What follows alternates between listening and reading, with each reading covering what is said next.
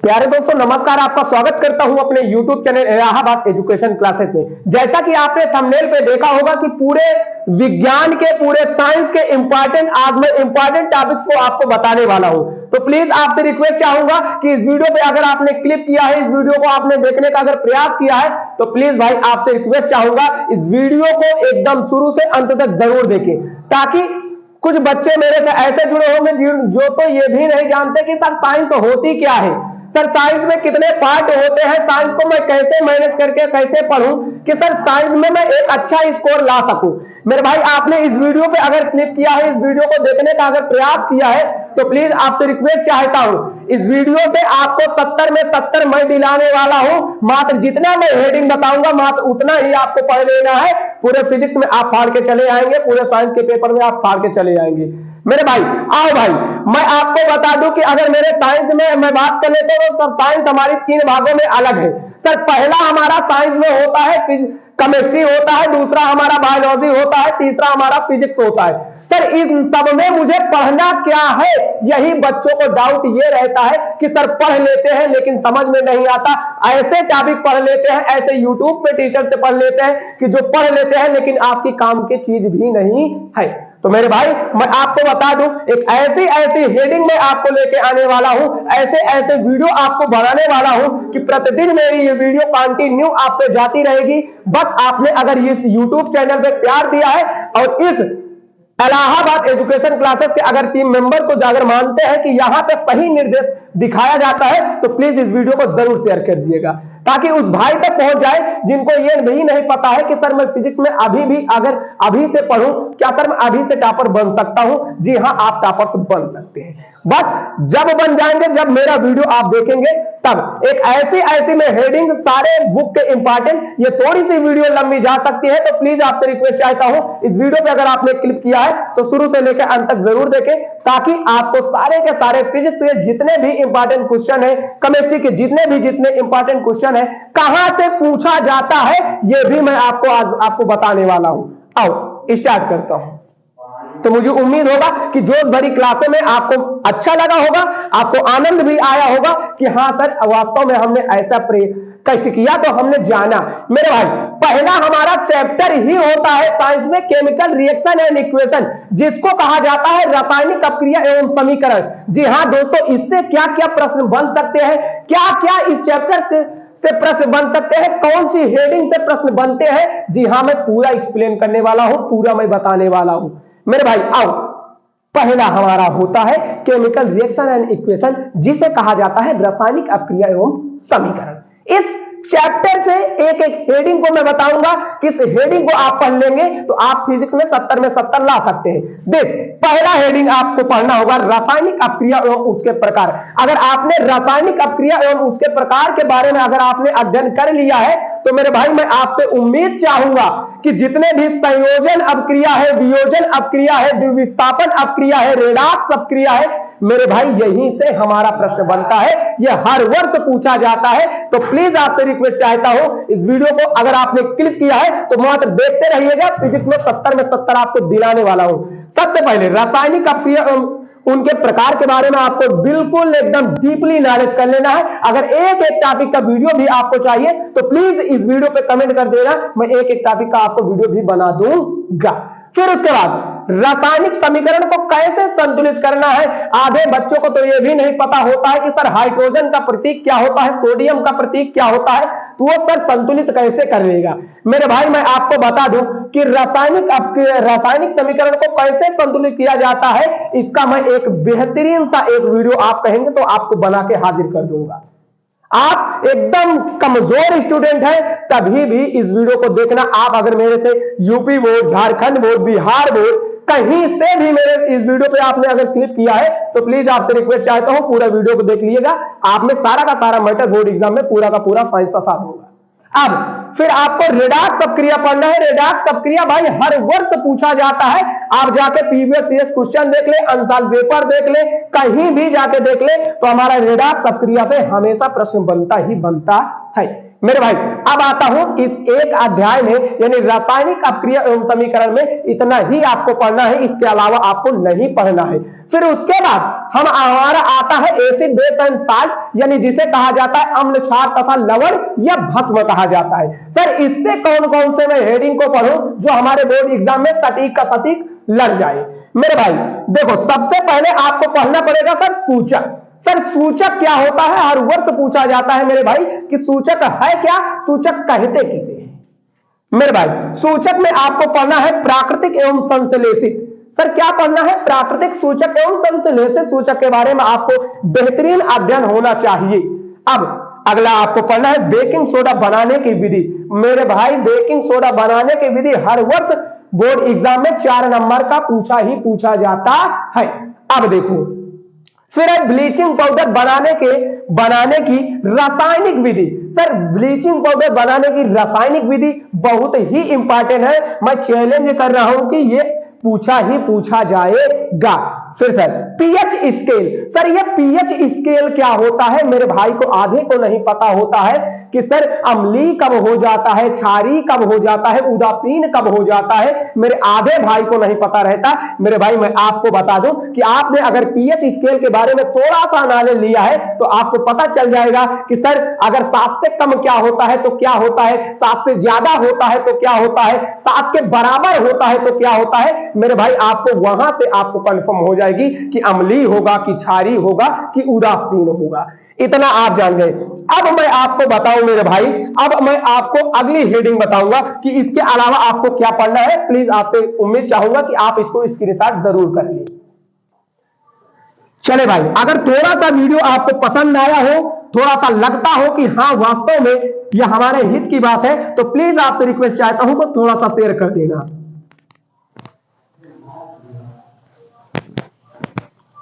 चलो भाई अब इस पे आपको पढ़ना है क्या भाई, इस पे अगली हेडिंग आपको पढ़ना है धावन सोडा।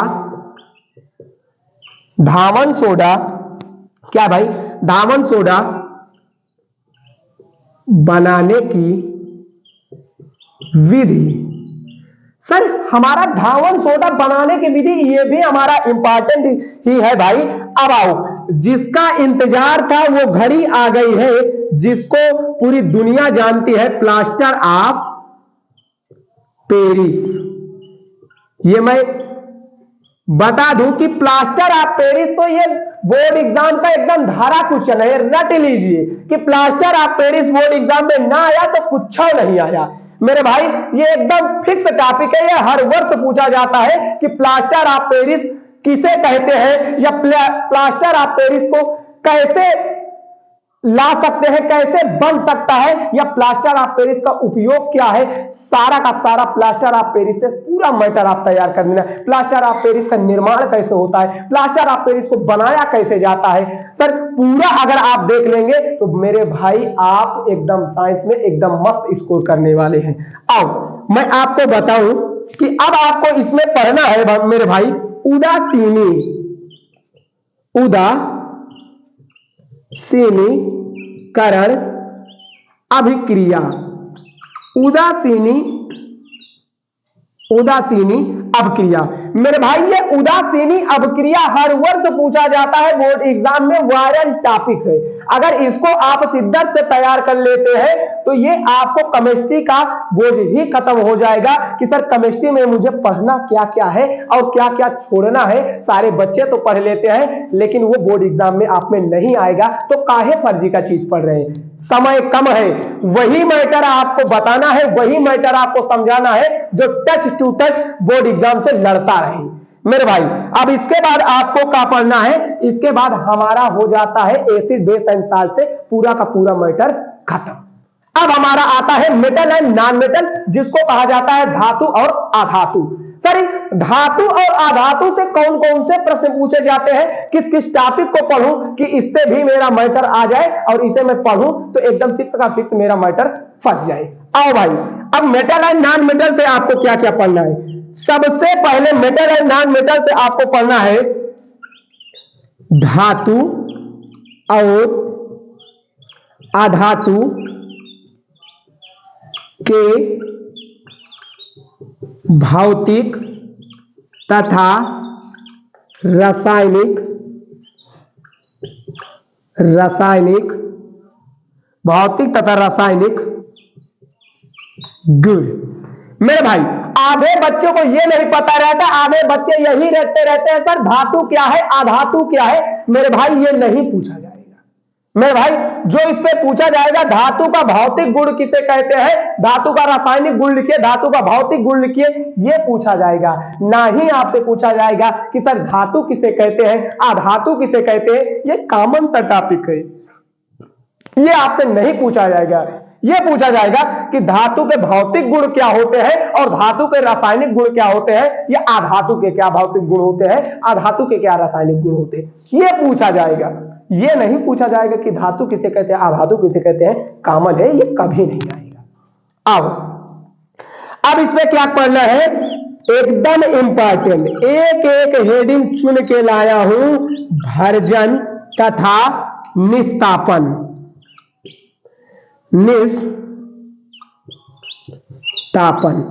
मेरे भाई जाके देख लेना, भर्जन तथा निस्तापन हर वर्ष बोर्ड एग्जाम में पूछा जाता है या नहीं, वही बताऊंगा जो आपके बोर्ड एग्जाम में सॉलिड का सॉलिड लड़े। आओ भाई मेरे भाई, अब इसके बाद आपको पढ़ना है क्या मेरे भाई, अयस्क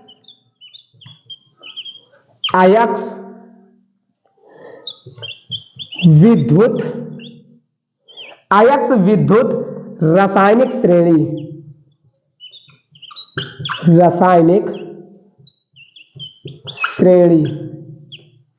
अयस्क विद्युत रासायनिक श्रेणी। मेरे भाई आप ये देखेंगे कि सर अयस्क विद्युत रासायनिक श्रेणी क्या होती है, आप जाएंगे मेटल एंड नॉन मेटल में, ये एक प्यारा सा हेडिंग आपको मिल जाएगा, इसको आप जरूर तैयार कर लेना, क्योंकि ये हर वर्ष पूछा जाता है कि सर अयस्क के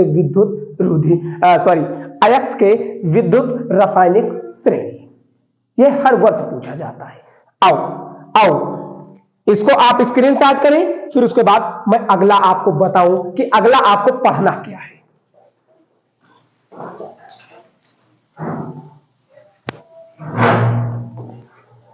चलो भाई, मुझे उम्मीद है कि आप इतना नोट कर लिए होंगे, आप स्क्रीनशॉट भी ले चुके होंगे। आओ इसके अलावा मैं आपको बताता हूं कि और क्या क्या पढ़ना है। अभी हमारा केमिस्ट्री ही चल रहा है, मैं पूरे साइंस के आपको पूरा बताऊंगा, थोड़ी सी वीडियो लंबी जाएगी, लेकिन आप रुके रहेंगे तो आप पा जाएंगे, आप नहीं रुकेंगे तो आप नहीं पाएंगे भाई। अब इसके बाद आपको पढ़ना है संतृप्त तथा असंतृप्त, संतृप्त तथा असंतृप्त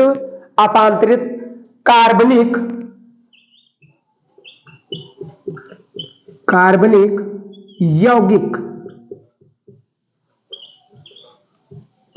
इसको आपको तैयार करना है। फिर उसके बाद आपको क्या तैयार करना है भाई, सजाती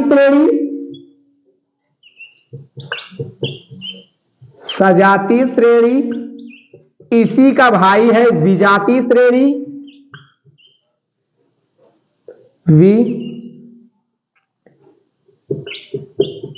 जातीय श्रेणी, इसको आपको तैयार करना है। फिर बहुत ही डिफिकल्ट, आधे बच्चे को नहीं आता है, ना ही मेरे प्यारे प्यारे टीचरों को आता है, आईपीएसी नामकरण, ये हमेशा पूछा जाएगा। एक तो आईपीएसी का पूछा ही जाएगा, एक नंबर यहां से आप कंफर्म कर ले। अगर आप आईपीएसी नहीं जानते हैं तो मैं एक स्पेशल एक वीडियो बना दूंगा, आप मुझे कमेंट करके जरूर बता दें, आपको पूरा शिद्दत से समझा दूंगा मैं। फिर उसके बाद ये है साबुनीकरण अभिक्रिया। सर साबुनीकरण अभिक्रिया क्या होती है, यह भी हमारा एकदम मोस्ट इंपॉर्टेंट सा टॉपिक होता है, इसको भी बच्चे नहीं समझते, नहीं पढ़ते। प्लीज आपसे रिक्वेस्ट चाहता हूं, अगर आपको इतना सा थोड़ा सा अगर लगा होगा कि हाँ वीडियो अच्छा बन रहा है या वीडियो एक बेटर है, या मैं और लोगों तक शेयर कर दूं, तो प्लीज आप इसको जरूर शेयर कर देना, ताकि ये सारा का सारा इंपॉर्टेंट जितने भी मैं आपको इंपॉर्टेंट टॉपिक बता रहा हूं, मेरे हर बहन तक, हर भाई तक ये पहुंच ही जाना चाहिए। सारे यूट्यूब पे सबसे नंबर 1 पे ट्रेंड आना चाहिए। आओ, अब इसके बाद आपको पढ़ना क्या है भाई, पूरा हम लोगों ने देख लिया केमिस्ट्री, 4 चैप्टर थे, चारों चैप्टर हमने देख लिया। अब चारों चैप्टर में क्या क्या था मैंने सारा का सारा आपको मटेरियल बता दिया। एक हमारा होता है, एक और जान ले, जिसको हम लोग कहते हैं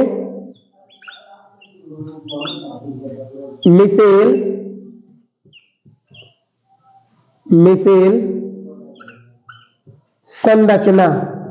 एक ये भी हमारा होता है मिसेल संरचना, हर वर्ष पूछा जाता है कि तेल की बूंद, हर वर्ष पूछा जाता है मिसेल संरचना, तो इसे भी आप तैयार कर ले। प्लीज आपसे रिक्वेस्ट चाहता हूं कि केमिस्ट्री का पूरा एपिसोड हमारा हो चुका है, इतना ही आपको केमिस्ट्री में पढ़ना है। अब इसके बाद हमारा होगा बायोलॉजी का टॉपिक स्टार्ट। अब फिर थोड़ा सा इसके बाद होगा हमारा क्या सर, फिजिक्स के टॉपिक का स्टार्ट।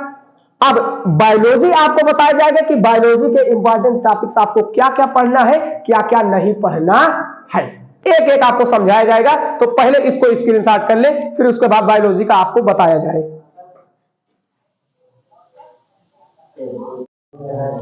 मैं चाहूंगा कि हमें, आपको पता है कि हमारे साइंस के 3 योद्धा हैं भाई। मैं तो पढ़ाता हूं केमिस्ट्री और फिजिक्स, मैं आपको बता दूं कि खान सर के भाई ज्ञान सर अब आए हैं, जो बायोलॉजी एक्सपर्ट है। अब वो आपको बताएंगे कि हमें बायोलॉजी के कौन कौन से टॉपिक को पढ़ना है।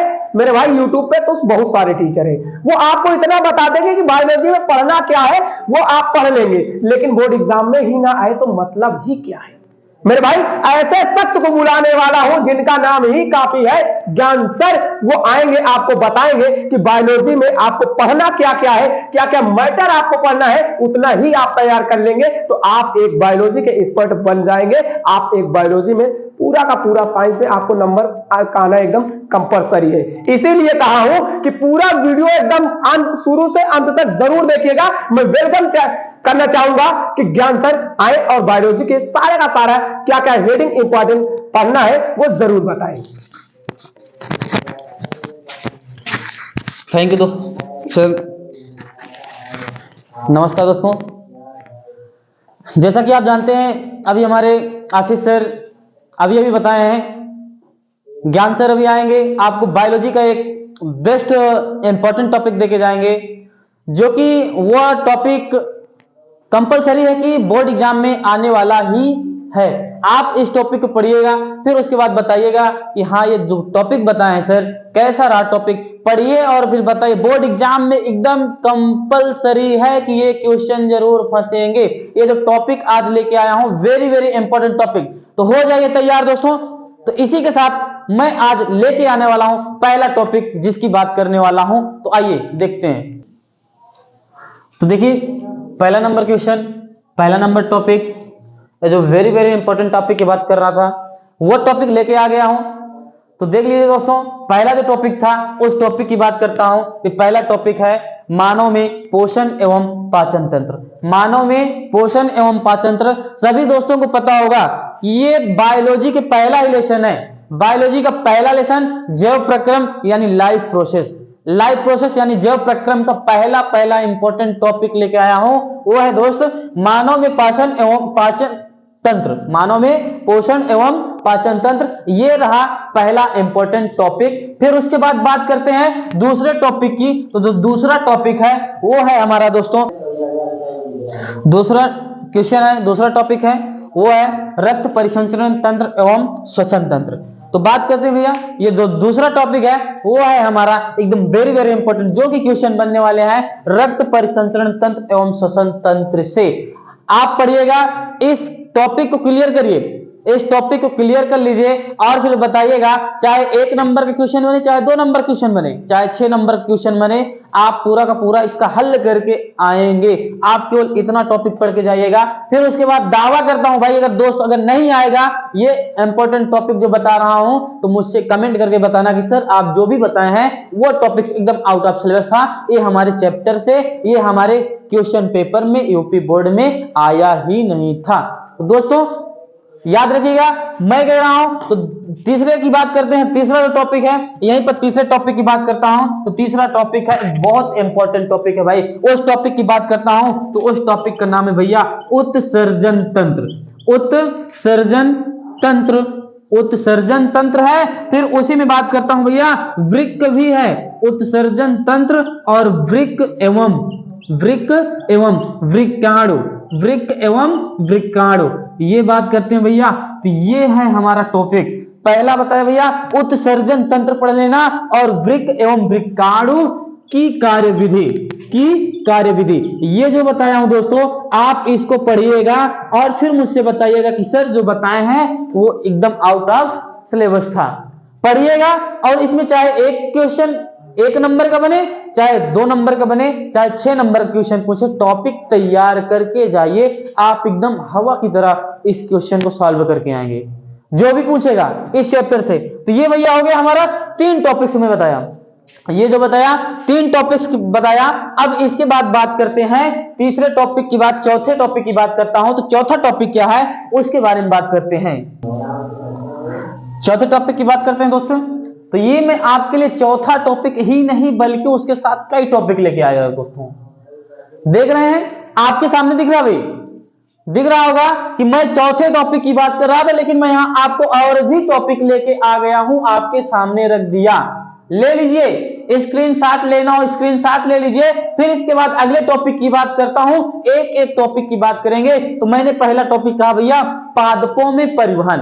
पहला टॉपिक क्या है? पादपों में परिवहन। पढ़िएगा पादपों में परिवहन, फिर बताइएगा, पढ़ लीजिएगा। सब लोग, किताब है, विद्या है, कुछ भी है, सब लोग पढ़िएगा। अगर आपको लग रहा है कि सर आप ही वीडियो बना के डाल दीजिए, आप ही वीडियो बना दीजिए हमारे लिए, आप तो कमेंट करिए। मैं आपके लिए इंपॉर्टेंट जितने भी टॉपिक्स बताया हूं, एक एक टॉपिक्स का आपको एक एक वीडियो दे दूंगा। और उसके साथ साथ हमारे टेलीग्राम चैनल से जुड़ना ना भूले दोस्तों। टेलीग्राम चैनल में जुड़िए, उसमें आपको इसका पूरा का पूरा इंपॉर्टेंट टॉपिक और पीडीएफ के साथ आपको मिलेगा उसका सॉल्यूशन भी। अगर दोस्तों सॉल्यूशन चाहिए आपको तो कमेंट करिए, आपको YouTube पे आके मैं खुद सॉल्यूशन कराऊंगा, सॉल्यूशन दे के जाऊंगा। अगर चाहते हैं तो टेलीग्राम में जुड़िए, पीडीएफ सहित पूरा सॉल्यूशन सहित आपको पूरा का पूरा टॉपिक मिल जाएगा। फिर उसके बाद टॉपिक की बात करते हैं। तो उसके बाद मानव मस्तिष्क एवं तंत्रिका तंत्र, मानव मस्तिष्क एवं तंत्रिका तंत्र है, पढ़िएगा। मानव मस्तिष्क, मानव मस्तिष्क, फिर तंत्रिका तंत्र पढ़ लीजिए। फिर उसके बाद बात करते हैं अलैंगिक जनन। अलैंगिक जनन आप पढ़े दोस्तों। जनन होते हैं 2 प्रकार के, जनन होते हैं 2 प्रकार के, एक होता है लैंगिक और दूसरा होता है अलैंगिक। तो देख लीजिए दोस्तों, अलैंगिक जनन केवल आपको पढ़ना है, केवल अलैंगिक जनन यहां पर दिया हूं अभी।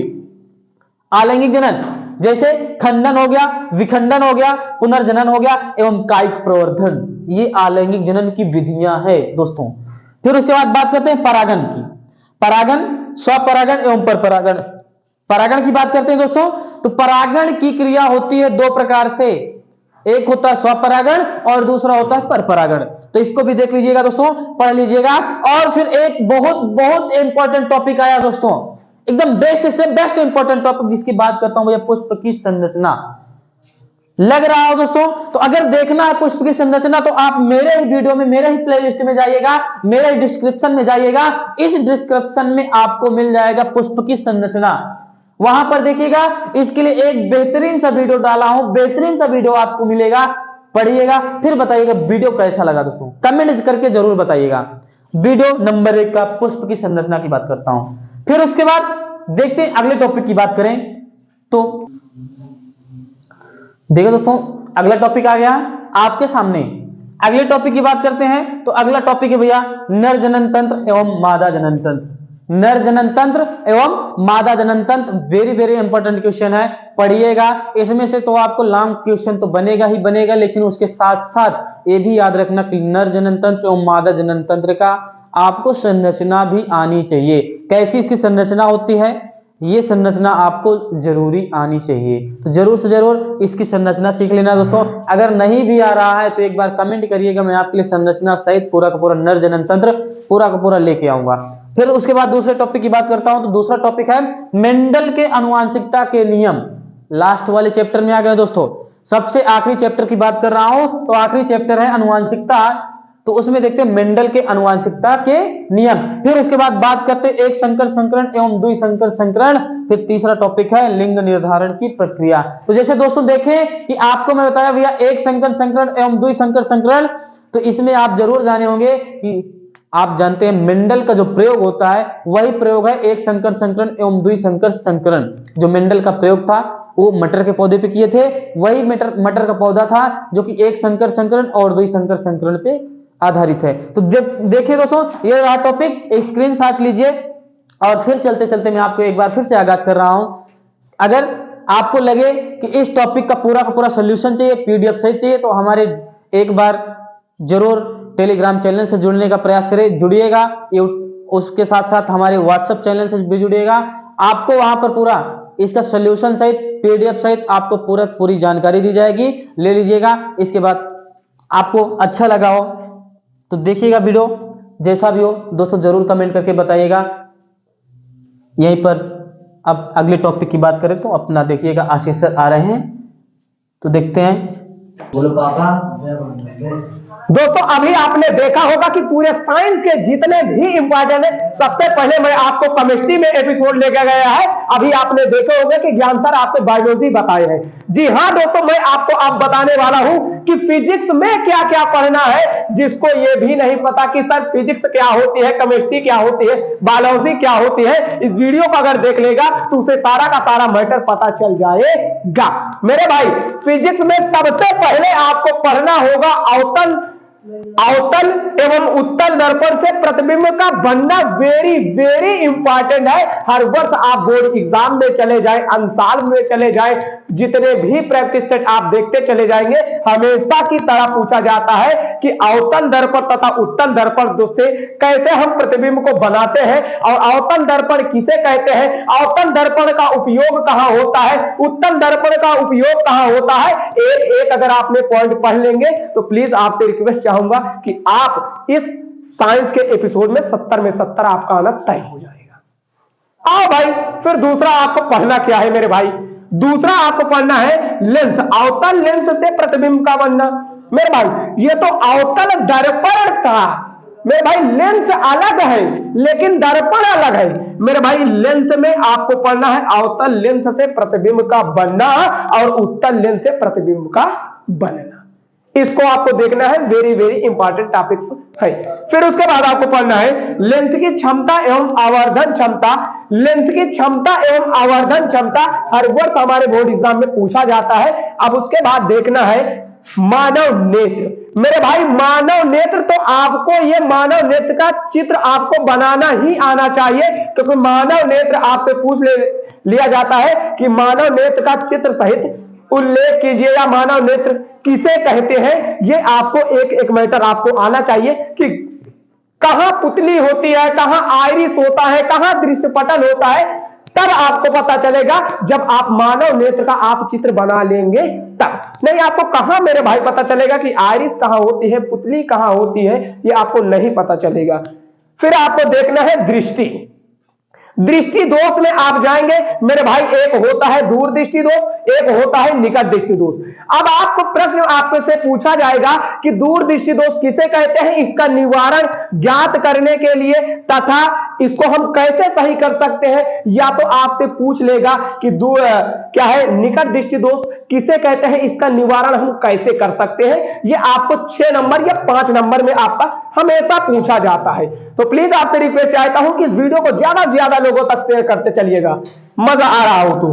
फिर उसके बाद प्रकाश का प्रकीर्णन एवं विक्षेपण। मेरे भाई विक्षेपण आपने पढ़ा होगा कि जब हमें क्या होता है, बरसात होता है, आप गांव की भाषा में अगर आप समझे होंगे तो कहते हैं कि सर हमारे ये इंद्रधनुष जो होता है, इंद्रधनुष का बनना सर वही हमारा प्रकीर्णन होता है। प्रकीर्णन भी हमारा 7 प्रकार से होता है। आप अगर पढ़े होंगे तो आपको समझ में आ भी रहा होगा। फिर उसके बाद प्रिज्म का वायुमंडली, प्रिज्म का वायुमंडली अपवर्तनांक, मेरे भाई इसको भी आपको पढ़ना ही पढ़ना है। फिर उसके बाद विद्युत धारा का परिचय, इलेक्ट्रिसिटी, भाई इलेक्ट्रिसिटी है क्या, इलेक्ट्रिक है क्या, अगर आप इतना नहीं जानते हैं, ओम का नियम नहीं जानते हैं, ओम का नियम नहीं जानते, समांतर क्रम नहीं जानते, श्रेणी क्रम नहीं जानते, तो आपने इलेक्ट्रिसिटी में अभी कुछ नहीं पढ़ा। तो प्लीज आपसे रिक्वेस्ट चाहता हूं, इतना अगर आपने देख लिया है तो प्लीज एक स्क्रीनशॉट लीजिए, इसके अगले का टॉपिक आपको मैं बताने वाला हूं। दोस्तों देखो भाई, अब हमें पढ़ना क्या है, इलेक्ट्रिसिटी से इतना ही आना है। बस आप इस वीडियो को अगर देख लिए हैं तो प्लीज फिजिक्स के सारे इंपॉर्टेंट टॉपिक्स में आपको करा चुका हूं। मेरे भाई आपको अब पढ़ना है ओम का नियम, जो हर वर्ष पूछा जाता है। मेरे भाई आप जाके बोर्ड एग्जाम में पहले पीवीसीएस क्वेश्चन देख लेना या हमारे अंशांक देख लेना, तो आपको पता चल जाएगा कि पूछा क्या जाता है। मेरे भाई फिजिक्स में पूछा क्या जाता है, सबसे पहले ओम का नियम, फिर आपको पढ़ना है विद्युत प्रतिरोध, फिर आपको पढ़ना है श्रेणी क्रम संयोजन तथा समांतर क्रम संयोजन, ये आपको पढ़ना ही पढ़ना है। सर श्रेणी क्रम संयोजन क्या होता है, समांतर क्रम संयोजन क्या होता है, यहां से आपके सारे के सारे सर आंकिक प्रश्न बनते हैं।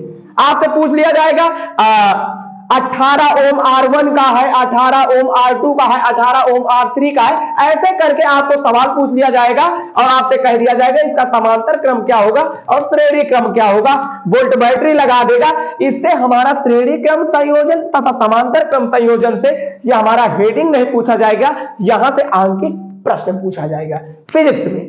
अब फिर उसके बाद चुंबकीय बल रेखाएं। अब भाई चुंबकीय बल रेखाएं क्या होती है, जैसे लड़की लड़का को आकर्षित कर लेती है, उसी तरह चुंबकीय बल रेखाएं होती है। अगर चुंबक होता है, चुंबक के अगर कोई बड़ा चुंबक होता है, वो छोटे छोटे टुकड़े उनके कर दिए जाते हैं, तो जो बड़ा चुंबक होता है वो छोटे छोटे टुकड़ों को आकर्षित कर लेता है अपनी ओर। उसी तरह जैसे एक लड़की लड़का को आकर्षित कर लेती है, उसी तरह चुंबकीय बल रेखाएं को मैं आपको समझाऊंगा। एक एक टॉपिक का अगर आपको वीडियो चाहिए, जितने भी मैं इंपॉर्टेंट टॉपिक्स आपको बता रहा हूं, एक एक टॉपिक का आपको वीडियो बना दूंगा। बस आप इस यूट्यूब चैनल पे कमेंट जरूर एक प्यारा सा कर देंगे। अब फ्लोरीन के बाएं हाथ का नियम, लोग तो ये भी यूट्यूब पे बता के चले जाते हैं कि फ्लोरीन के दाएं हाथ का नियम भी याद कर लेना, फ्लोरीन के बाएं हाथ का नियम भी याद कर लेना। मेरे भाई सिर्फ फ्लोरीन के बाएं हाथ का नियम याद करना, आप दाएं हाथ का नियम मत याद करना, क्योंकि वो नहीं पूछा जाएगा। पूछा जाएगा फ्लोरीन के बाएं हाथ का नियम।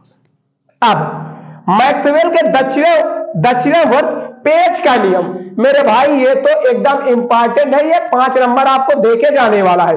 मैक्सवेल का हमेशा पूछा जाता है, मैक्सवेल के दक्षिणावर्त पेच का नियम। अब हमारा अंत चैप्टर में हम लोग पहुंच चुके हैं, अंत अपना वीडियो भी होने वाला है। अब हम देखेंगे ओजोन परत का अपक्षय, फिर उसके बाद परितंत्र, फिर देखेंगे खाद्य श्रृंखला। जैसा कि आपको पता है प्यारे दोस्तों, आपने सबसे पहले मैं आपको केमिस्ट्री बताया, फिर ज्ञान सर ने आपको बायोलॉजी बताया, फिर मैं आके आपको फिजिक्स बता दिया। जितने भी अगर शुरू से अंत तक वीडियो को देखे हैं उनको मैं बहुत बहुत धन्यवाद करना चाहूंगा कि आपने इस वीडियो को शुरू से अंत तक देखने के लिए बहुत बहुत धन्यवाद। लेकिन जितने अभी नहीं देखे हैं, जितने सोच रहे हैं कि वीडियो लंबी है, इसको मैं कैसे देखूं, एक एक टॉपिक्स अगर आप देख लेंगे, अगर अभी भी आप नहीं जागे हैं, अभी भी अगर नहीं जाग पाएंगे, तो फिर आप साइंस में अच्छा एक स्कोर नहीं कर सकते। इसलिए मैं आपसे चाहूंगा, अगर ये पूरा का पूरा आपको पीडीएफ चाहिए, पूरा का पूरा मैटर का पीडीएफ चाहिए, तो हमारे टेलीग्राम चैनल को जरूर आप ज्वाइन कीजिएगा, जिसका नाम है सेम नाम, इलाहाबाद एजुकेशन क्लासेस। अब हमारे व्हाट्सएप ग्रुप से जरूर जुड़िएगा। अगर तनिक भी जुड़ने में कोई भी अगर आपको दिक्कत आ रही है तो इस नंबर पर जरूर मैसेज करें 9120537775। आप इस नंबर पे आप मैसेज कर देंगे, आपको ये सारा का सारा जितना मैं मैटर आपको बताया या उससे अच्छा ये है कि आप हमारे Telegram channel Allahabad education classes को ज्वाइन कर लेंगे। अगर उस तनिक भी आपको ग्रुप में ज्वाइन करने में या कहीं भी आपको परेशानी आ रही है तो इस नंबर पे आप कॉल कर देंगे या मैसेज कर देंगे, आपको मैं पूरा बताने का, एक्सप्लेन करने का पूरा कष्ट करूंगा। आपको सारा का सारा जितना भी आपके मन में डाउट होगा उसको क्लियर करने का कार्य करूंगा। तो चलिए मिलता हूं फिर किसी एक नए बेहतर वीडियो के साथ, इसी जोश, इसी उमंग, इसी उत्साह के साथ मैं मिलूंगा अपने फिर नेक्स्ट वीडियो पे इसी जोश। तो प्लीज आपसे उम्मीद चाहूंगा इस वीडियो को ज्यादा से ज्यादा लोगों तक शेयर करना, इस वीडियो को ज्यादा से ज्यादा लोगों तक पहुंचाना। मिलता हूं कल की वीडियो पे। जय हिंद, जय भारत, वंदे मातरम।